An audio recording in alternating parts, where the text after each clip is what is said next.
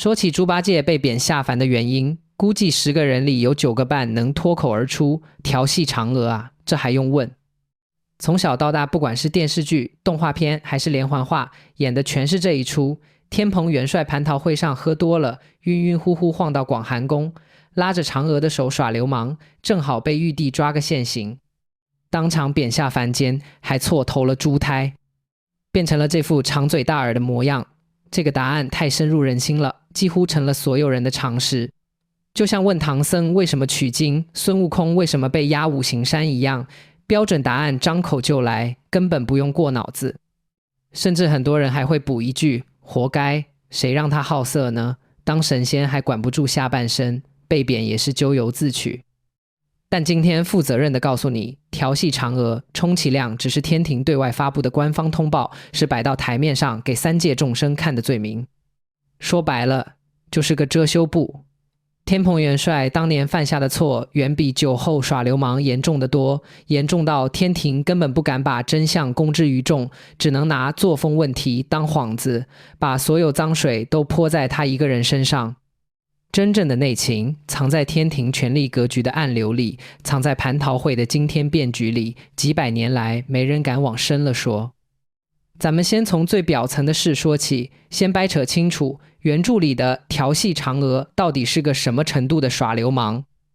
很多人受电视剧影响，觉得天蓬就是喝多了嘴甜几句，动手拉了拉手，顶多算职场性骚扰，批评教育，降职罚俸也就到头了。但你翻《西游记》原著第19回，猪八戒跟孙悟空自报家门时的原话，根本不是这么回事。逞雄撞入广寒宫，风流仙子来相接。见他容貌邪人魂，旧日繁星难得灭，全无上下师尊卑，扯住嫦娥要陪歇。再三再四必不依从，东躲西藏行不悦。你逐字逐句品品这几句话。首先是逞雄撞入，不是登门拜访，不是敲门求见，是仗着自己官高位重，直接硬闯进去的。广寒宫是什么地方？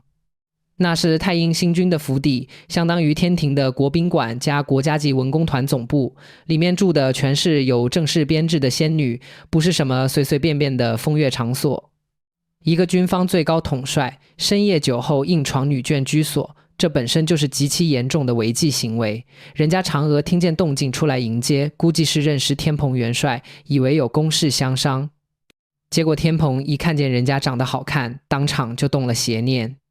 最关键的是后面这句，扯住嫦娥要陪歇，不是表白，不是搂抱，是直接拉住人家，明明白白要求陪睡，而且是再三再四不依从，对方明确拒绝了一次又一次，他不仅不收敛，反而追着人家东躲西藏，不依不饶，这是什么行为？放在今天，那叫入户强制猥亵，是实打实的刑事犯罪，根本不是简单的生活作风问题。你一个省部级的军方一把手，在国家级宴会上喝醉酒，深夜硬闯文艺团体女演员的宿舍，提出性要求被拒后还纠缠不休，这要是曝光出去，不光当事人身败名裂，整个天庭的脸面都要丢尽。而且你别忘了，广寒宫的主人是太阴星君，这位可不是普通的神仙，那是上古时期就存在的元老级人物，资历比玉帝还老，在天庭属于德高望重的元老派，说话分量极重。天蓬这一闯，相当于当众打了太阴星君的脸，等于告诉3界，我天蓬根本没把你广寒宫放在眼里。说到这儿，可能有人会点头，哦，原来这么严重啊，那被贬下凡确实不冤。别急，话不能说这么早。判断一个处罚公不公平，不能只看事情本身，还要看统一的量刑标准。如果同样的错，别人犯了只是记过处分，天蓬犯了就要一撸到底，连人带编制全清零，那这里面的水就深了。咱们不妨找几个天庭的典型案例，对比一下量刑尺度，你就知道这件事有多离谱。第一个对照组，奎木狼。28星宿之一的奎木狼，正经的天庭在职军官，差不多是中将军衔。他干了什么事？他和披香殿的玉女私定终身，玉女先下凡转世成了宝象国的百花羞公主，奎木狼直接擅离职守，私自下凡占了碗子山波月洞，把公主抢回洞里当老婆，一住就是13年，还生了2个儿子，咱们给他算算账。第一，擅离职守，作为现役军官无故离岗13年，放在古代军法里，这叫临阵脱逃，是可以直接杀头的罪名。第二，强抢民女，而且抢的还是一国公主，性质极其恶劣。第三，违反天条私通生子，严重破坏神仙的清誉。这3条加起来，哪一条不比调戏未遂严重10倍？结果玉帝是怎么判的？原著里写得清清楚楚，收了他的金牌，贬去兜率宫，给太上老君烧火，代奉插操，有功复职，无功重加其罪。翻译过来就是停职检查，去给太上老君烧几天锅炉，工资待遇不变，表现好就官复原职，表现不好再追加处罚。后来呢？后来孙悟空打青牛精的时候，奎木狼就已经归队参战了。算下来，烧火也就烧了不到1年，官复原职，什么都不耽误。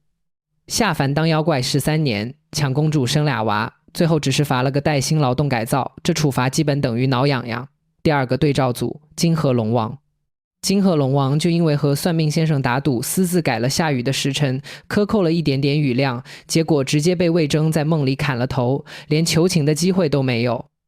当然，金河龙王的死背后有取经计划的大布局，他本身就是棋盘上必须牺牲的棋子，但也从侧面说明天庭的天条从来不是铁板一块，想重判的时候，一点点小错就能要你的命，想轻饶的时候，天大的罪过也能大事化小。再看天蓬元帅呢，一次酒后耍流氓未遂，直接打了2000锤，然后削去仙籍，贬下陈凡，扔进轮回隧道投胎。注意，是投胎，不是带着仙体下凡当妖怪。沙僧、奎木狼这些被贬的，都是带着法力，带着记忆下去的，相当于保留干部身份，下放基层锻炼。天蓬倒好，直接给清零了，从零开始投胎，跟普通凡人没区别。要不是他底子厚，一灵真性保住了法力，估计就真成一头普通的猪了。2000锤是什么概念？沙僧打碎琉璃盏，才打了800锤。天蓬直接翻了2倍还多，这基本就是往死里打，能活着走下凡间都算他命大。你把这几个案子放在一起对比，就会发现极其不合理。外系的星宿将领犯了滔天大罪，从轻发落；地方的龙王稍微犯点错，直接砍头。而玉帝身边的核心重臣，不管是贴身侍卫长沙僧，还是海军总司令天蓬，处罚都重得离谱。而且罪名全都是看起来上不了台面的小事，一个打碎杯子，一个耍流氓。这正常吗？当然不正常。成年人的世界里，从来没有无缘无故的重罚，所有拿小事当罪名的严惩，背后全都是早就算好的账。那点小事只是刚好送上门的借口而已。要搞懂天蓬为什么会落得这个下场，咱们得先搞明白天蓬元帅到底是个多大的官，他手里的权力到底有多让玉帝睡不着觉。很多人对天蓬元帅的认知还停留在看天河的水利局长，觉得就是个管河的闲职，没什么实权。这可真是把元帅当成弼马温了，大错特错。天蓬元帅的全称是天蓬大元帅真君，位列北极4圣之首。北极4圣是什么？是天庭北方战区的最高指挥核心，另外3位分别是天游副元帅、义圣真君和真武大帝。没错，就是后来威震北方的真武大帝，当年在北极4圣里也只能排在天蓬后面当小弟。天蓬元帅直接掌管的是8万天河水兵。天河不是一条普通的河，它是环绕整个天庭的护城河，也是3界往来天庭的唯一航道。所有飞升的、公干的、进贡的都必须走天河渡口，接受天河水军的检查。换句话说，天蓬元帅掌管的是天庭的禁卫军加海军舰队，既负责京城的防务安全，又把控着天庭的水上交通命脉。8万水兵，那是实打实的正规野战军，不是保安队，也不是后勤部队。手里握着这么一支驻扎在权力中心眼皮子底下的重兵，是什么概念？相当于现在的北京卫戍区司令兼海军总司令，京城的防务全在你手里，皇帝睡觉都得睁一只眼盯着你。历史上但凡是坐在这个位置上的人，没有一个不被皇帝提防的。你手里兵太多，离皇宫太近，真要是起了反心，分分钟就能打到凌霄宝殿。这还只是兵权，天蓬的背景和人脉更硬得吓人。就说他手里那把9齿钉耙，全名上宝庆金耙，很多人觉得这就是个种地的耙子，不如孙悟空的金箍棒厉害，大错特错。原著里明确写了这把耙子的来历，此是锻炼神兵铁，磨琢成功光皎洁。老君自己动前锤，荧惑轻身天探蟹，五方五帝用心机，六丁六甲费周折，看见没有？太上老君亲自上手抡锤子打造，火神祝融亲自天探，五方五帝六丁六甲全员参与设计制造，这是什么规格？这是天庭的国家级工程及全神界顶级工匠之力专门打造的一件神器。打造完成之后，玉帝亲自赐给天蓬元帅，作为他天蓬大元帅的权力信物。而孙悟空的金箍棒呢？是大禹治水的时候，老君随手练的一个测量工具，说白了就是个大号尺子，治完水就扔东海里当定海神针了，属于闲置物资，没人拿它当宝贝。黄狮精偷了师徒3人的兵器，开庆功会叫什么？叫钉耙宴，把9齿钉耙摆在 C 位，金箍棒和降妖宝杖只能在两边陪着，连妖怪都知道钉耙才是真正的宝贝，金箍棒就是个趁手的兵器而已。一把兵器就能看出天蓬的地位，他不光是玉帝的臣子，更是太上老君的门生，是道派在军方的核心代言人。天庭的权力格局从来不是玉帝一言堂，太上老君代表的道派元老势力遍布各个关键部门，尤其是军方，根基极深。玉帝虽然是天庭之主，但很多时候也要看老君的脸色行事。天蓬元帅就是道派安在军方的一颗关键棋子，手里有兵，背后有人，位置关键，盘根错节。对于想要集权的玉帝来说，他就是一根扎在肉里的刺，不拔难受，拔又怕疼。玉帝早就想动他了，只是一直找不到一个名正言顺又不会引火烧身的机会。你总不能无缘无故把一个海军总司令撸了吧？说人家谋反没证据，反而会逼反军方；说人家工作不力，人家镇守天河这么多年，没出过任何岔子，挑不出错。贸然动手，只会打草惊蛇，引起道派的反弹，得不偿失。所以玉帝一直在等一个天衣无缝的机会，等一个连太上老君都没法开口求情的罪名。这个机会很快就来了，而且不是一个，是2个，接踵而至，直接把天蓬元帅推下了深渊。第一个机会就是孙悟空大闹蟠桃会。很多人看大闹天宫，只盯着孙悟空看，觉得就是一只猴子瞎闹腾。但你站在玉帝的视角看，蟠桃会这场风波根本不是什么猴子闹事，而是一场严重的政治事故，是对天庭权威的公然挑战，更是一次洗牌权力格局的绝佳契机。蟠桃会是什么？不是神仙们凑在一起吃吃喝喝的联欢会，那是天庭的年度分红大会，是权力格局的风向标。长生不老是所有神仙的刚需，但绝大多数神仙靠自己修炼是修不出长生的，必须依赖外部资源。天庭最核心的长生资源就是王母娘娘手里的蟠桃，3000年一熟的吃了成仙得道，体健身轻；6000年一熟的吃了霞举飞升，长生不老；9000年一熟的吃了与天地齐寿，日月同庚。能不能参加蟠桃会，能吃到哪个品级的蟠桃，直接决定了你在天庭的地位，也决定了你能活多久。所以每年的蟠桃会邀请名单就是天庭的权力排行榜，是各方势力博弈之后的结果。天蓬元帅作为北极4圣之首，军方核心人物，毫无疑问是蟠桃会的座上宾，而且席位非常靠前。但那一年的蟠桃会出了天大的娄子，玉帝不知道出于什么考虑，居然派孙悟空去看管蟠桃园。这就跟派黄鼠狼去看鸡窝一样，结果可想而知。孙悟空把园子里成熟的大桃吃了个精光，然后又变作赤脚大仙的模样，混进蟠桃会现场，把仙酒、仙菜、龙肝凤髓造了个一干二净，喝得酩酊大醉之后，还溜进了兜率宫，把太上老君炼的五葫芦金丹吃了个精光。等王母娘娘和玉帝发现的时候，蟠桃会已经彻底黄了，满地狼藉，一片混乱。说好的年度分红大会变成了一场笑话，3界诸神都在看着天庭的笑话。这件事，玉帝的脸被打得生疼。但他没法说什么，因为孙悟空是他自己封的齐天大圣，蟠桃园也是他自己派去管的，追究起来第一个责任人就是他自己用人不当。所以这个哑巴亏，玉帝只能打碎了牙往肚子里咽，但咽下去不代表算了。账他一笔一笔记着呢，他肯定会问，孙悟空在天庭闹了这么久，从蟠桃园闹到蟠桃会，又闹到兜率宫，这么大的动静，天庭的卫戍部队去哪了？负责京城防务的天河水军为什么全程没有任何反应？是真的没发现，还是故意睁一只眼闭一只眼？这个问题没有答案，但不妨碍玉帝心里有结论。在他看来，天蓬元帅作为卫戍司令，护驾不力，渎职失责，是板上钉钉的事。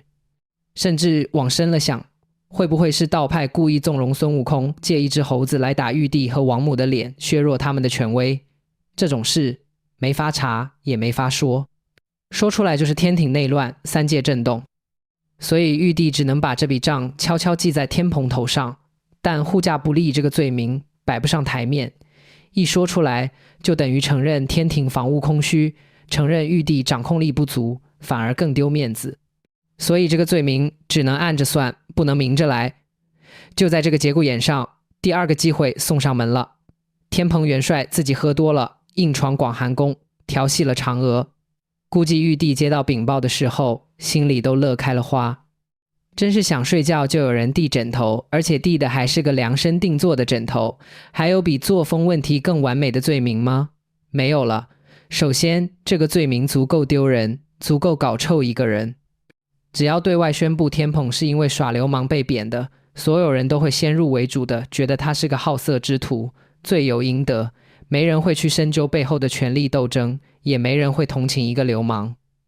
其次，这个罪名谁都没法求情，太上老君能说什么？说耍流氓不是大事，放了他吧。那老君的脸面还要不要了？道派的清誉还要不要了？